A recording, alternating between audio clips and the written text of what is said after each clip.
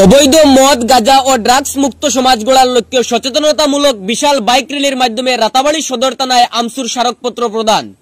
আজ করিমগঞ্জ জেলা আমসুর উদ্যোগে ও রাতাবাড়ী এবং বাজারঘাট আঞ্চলিক কমিটির সহযোগিতায় অবৈধ মদ গাঁজা ও ড্রাগস মুক্ত সমাজ গঠনের লক্ষ্যে সাধারণ নাগরিকদের সচেতনতার বার্তা দিতে বিশাল বাইক র্যালির মাধ্যমে রাতাবাড়ী থানায় উপস্থিত হয়ে স্মারকপত্র প্রদান করেন আমসু কর্মীরা। আমাদের হাতে আমসুর কেন্দ্রীয় কমিটির সাংগঠনিক সম্পাদক কাজী সাদিক আক্তারের মন্তব্য রয়েছে, এবারে শুনে নিন বিস্তারিত।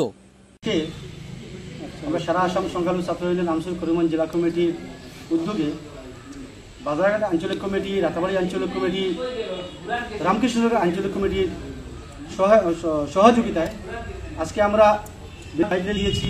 আমরা বাইক র্যালির মাধ্যমে সোসাইটিকে আমরা একটা মেসেজ দিতে চেয়েছিলাম।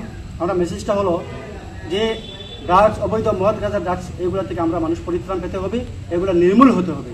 এটা নিয়ে আমরা আজকে রামকৃষ্ণনগর থেকে রাতাবাড়ী থানা পর্যন্ত, রাতাবাড়ী বাজার পর্যন্ত আমরা বিশাল একটা র্যালি দিয়েছি। এটা সচেতনতার জন্য, অ্যাওয়ারনেসের জন্য। আজকে আমরা বাইক র্যালিটা দিয়ে আমরা আজকে রাতাবাড়ী থানা আমরা উপস্থিত হয়েছি। এখানে আমার যেহেতু সদর থানা, রাতাবাড়ির ইন্সপেক্টর ওসি স্যারের সাথে আমরা আলোচনা করেছি, দেখাও করেছি। দেখা করে আমরা একটা স্মারকপত্র তুলে দিয়েছি ওনার হাতে।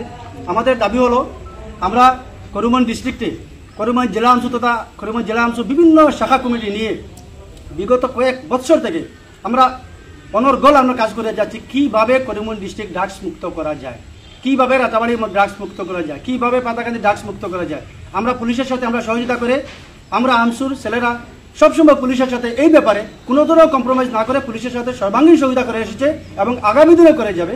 তাই আমরা ওসি স্যারের দৃষ্টি আকর্ষণ করেছি আজকে মেমোরান্ডাম দিয়ে, এখানে স্মারকপত্র দিয়ে ওসি স্যারকে আমাদেরকে পূর্ণ আশ্বাস দিয়েছেন বৃহত্তর রাতাবাড়ি বাজারঘাট আনিপুরের মধ্যে যাতে খুব যতটুকু অ্যাকশন নেওয়া যায় উনি নেবেন বলে আমাদেরকে আশ্বাস দিয়েছেন।